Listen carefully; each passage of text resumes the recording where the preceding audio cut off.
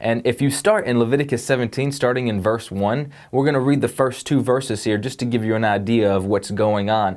And the Lord spoke to Moses, saying, "Speak to Aaron and his sons to do all and to all of the Israelites, and say to them, this is what the Lord has commanded." This is how the code, this standard that God reveals to Israel starts. Guys, this is serious. Speaking to Moses, Aaron, all of his sons, all of the people of Israel, all of you, everything in these following chapters you need to really focus on and live out in your day-to-day lives. If you skip over to chapter 19, still part of the holiness code, in verse 11, do not steal, do not deceive and cheat one another. Do not bring shame on the name of your God by using it to swear falsely. I am the Lord. There's something very unique about that phrase, because if you're unfamiliar with the context of what he's saying there in verse 12, do not bring shame on the name of your God. That goes back to, 10 commandments, the top 10, right? Number 3, do not take the Lord's name in vain. Now, we always think of not taking the Lord's name in vain as, using profanity that involves God. And of course, we shouldn't be doing that. But in ancient Israel, that wasn't a problem for them. You see, whenever you would take an oath, whatever you would buy land, get married, take any type of oath or contract, you would swear on the name of your God as your witness, right? So now you're carrying the name of your God with you, and you're accountable with that as well. You ever had a cosigner co-sign on a loan for you? Yeah, if you've ever been a cosigner, it probably wasn't a great idea, right? But whenever you swear in the name of God as a witness, he's co-signing on that covenant for you, which means that if you fulfill the covenant, his credit's in good standing to all the nations. But if you walk contrary to the covenant that you made, then you're depleting his credit for the nations.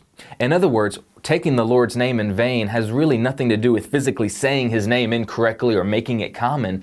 It has to do with the way you walk your life out. If you say, I am a son, I am a daughter of Yahweh, I am a daughter or son of Abraham, Isaac, and Jacob, and we serve Yahweh, the God of Israel, but you walk contrary to the Torah, you walk contrary to the ways of God, you walk contrary to the code of holiness, and you walk like the world, guess what, guys? You're taking the Lord's name in vain. You are depleting the credit that his holy name has by living a life that is contrary to his kingdom and his Torah. And so we see right here in the code of holiness, it's revisiting that. Do not bring shame on the name of the Lord your God. Do not live it in vain.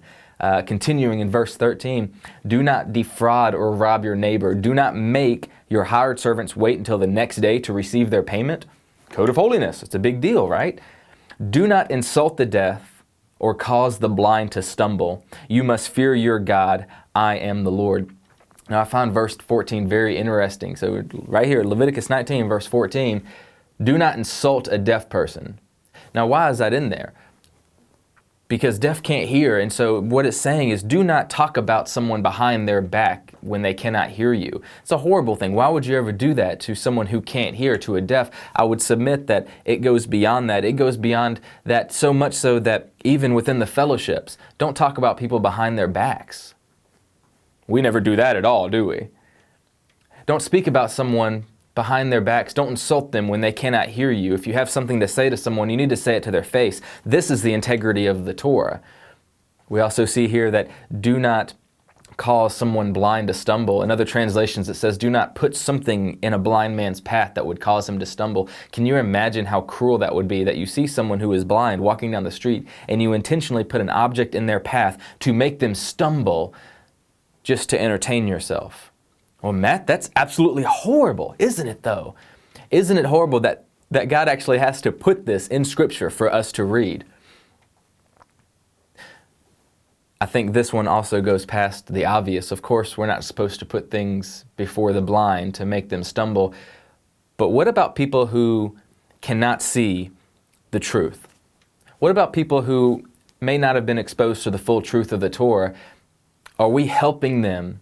Are we guiding them into the truth, or are we setting objects up to puff ourselves up and watch them stumble over it? I see a lot of people on Facebook. Yeah, I'm talking to you guys out there. I see a lot of people on Facebook who love to go on Facebook and they love to set objects before the blind to watch them stumble. They love to get in arguments and fight about Scripture, and they love to try to prove who is right or who knows the most Scripture. Guys, you don't know everything. Neither do I. Neither does anyone else. We're all in this together, and we're constantly learning. And the commission from Yeshua was to go out and teach all nations the things that he commanded.